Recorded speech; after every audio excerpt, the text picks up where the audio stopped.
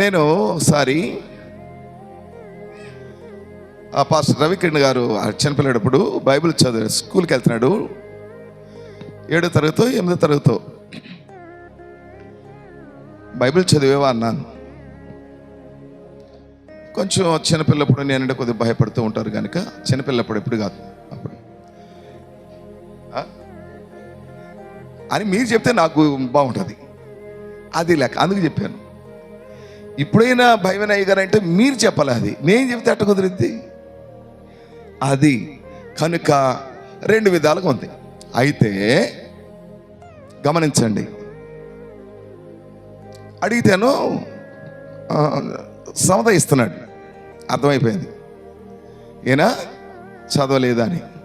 Bible చదివి స్కూల్కి వెళ్ళు, టైం అవుతుంది నాన్న అన్నాడు. అయినా సరే కొడతారు నాన్న, అయినా సరే 4 మాటలు చదువుకొని వెళ్ళిన ఆయన 4 మాటలు చదువుకుని వెళ్ళు. అప్పుడు బైబిల్ ముందు పెట్టి ఎట్టిట్టు అన్నాడు. నేను చూస్తాను వండా తలక ఎట్టిట్టు అన్నాడు అండి. అయిపోయిందంటే అయిపోయింది అన్నాడు. అంటే తలక చూపితే అయిపోయినట్టేనా? కనుక అయిపోయింది అంటే చదివాడా అంటే దానికి వెళ్ళి చూసి ఆయనకేమో లోపల భయం ఉంది, అక్కడ కొడతారేమో, టైం అయిపోయింది. ప్రభునందు ప్రియ దేవుని బిడ్డలారా, ఎందుకు అయిపోయింది టైం, ఎందుకు చదవలేదంటే మా తప్పే. వెంటనే ఆలోచన చేశాను, ఎందుకు ఈ బిడ్డ చదవలేదు. వెంటనే పాస్టర్ గారి దగ్గరికి వెళ్ళి, పాస్టర్ గారు లేవుగా, సేవలో లేవు కదా, పాస్టర్ గారి దగ్గరికి వెళ్ళి, ఏమా బిడ్డలకు టిఫిన్ పెట్టావంటే, అయ్యా ఏమి లేవయ్యా అందుకు చేయలేదు, అది తీసుకొచ్చేటప్పటికి 2 రొట్టెలు తీసుకొచ్చేప్పుడు లేట్ అయిపోయింది అయ్యా. ఓహో, ఇప్పుడు తప్పెవరిది? తల్లిదండ్రులు, మా ఇద్దరిది. కనుక ఇప్పుడు తప్పు మాది, వారి చదవకపోవటం తప్పు మాది, సమయం సరైన రీతిలో వాళ్ళకి సదుపాయం చేయకపోవటం మాది.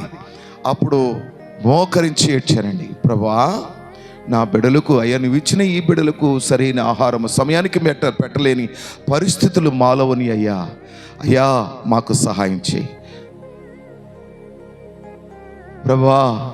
ఈ బిడ్డలకు నేను అన్నం పెట్టుకోలేకపోతున్నాను, సమయానికి పెట్టుకోలేకపోతున్నానయ్యా, అయ్యా నాకు సహాయం చేయ్యా అని మందిరంలోకి పోయి, ప్రక్కనే మందిరం బోర్ని ఏడుస్తున్నానండి, పెద్దగా ఏడుస్తూ ప్రార్థన చేస్తుంటే పెద్ద ఆయనని వచ్చాడు, నా దగ్గరికి వచ్చాడు.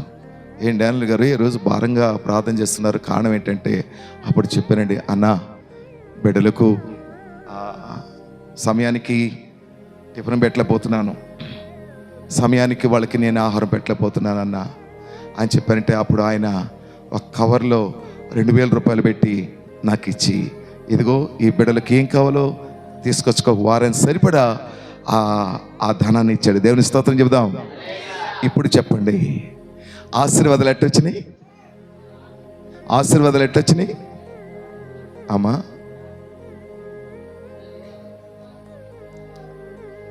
ఎట్టొచ్చినాయి? వాళ్ళకి ఎట్టబెట్టాం, వారం దినాలు ఎట్టబెట్టాం. తల్లిదండ్రులు ప్రార్థనకు ముందు భయము, భక్తి, విశ్వాసము.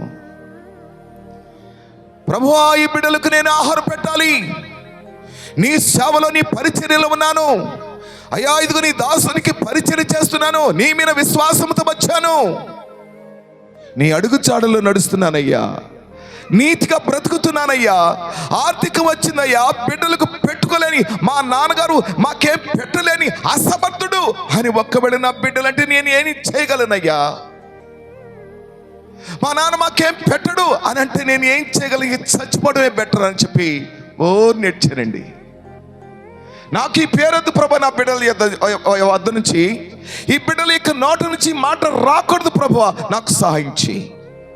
కన్నీరు కారుస్తూ ఉంటే దైవజనుడు వచ్చి అడిగాడు, 2000 రూపాయలు కవర్లో పెట్టి, ఇదిగో బిడ్డలకు ఏం కావాలో తీసుకొచ్చుకో అన్నాడు. అమ్మా వింటున్నావు కదూ? నీ ప్రార్థన, నీ భక్తి నీ బిడ్డలకు ఆశీర్వాదం తీసుకొస్తుంది. కనుక బిడ్డల వలన ఆశీర్వాదం వచ్చిన కుటుంబాన్ని చూపిస్తున్నాను. యోసేపు ద్వారా యాకోబు యొక్క కుటుంబానికి, యాకోబుకున్న బిడ్డలందరూ కూడా సమృద్ధిగా వారు భోజనము చేసిరి.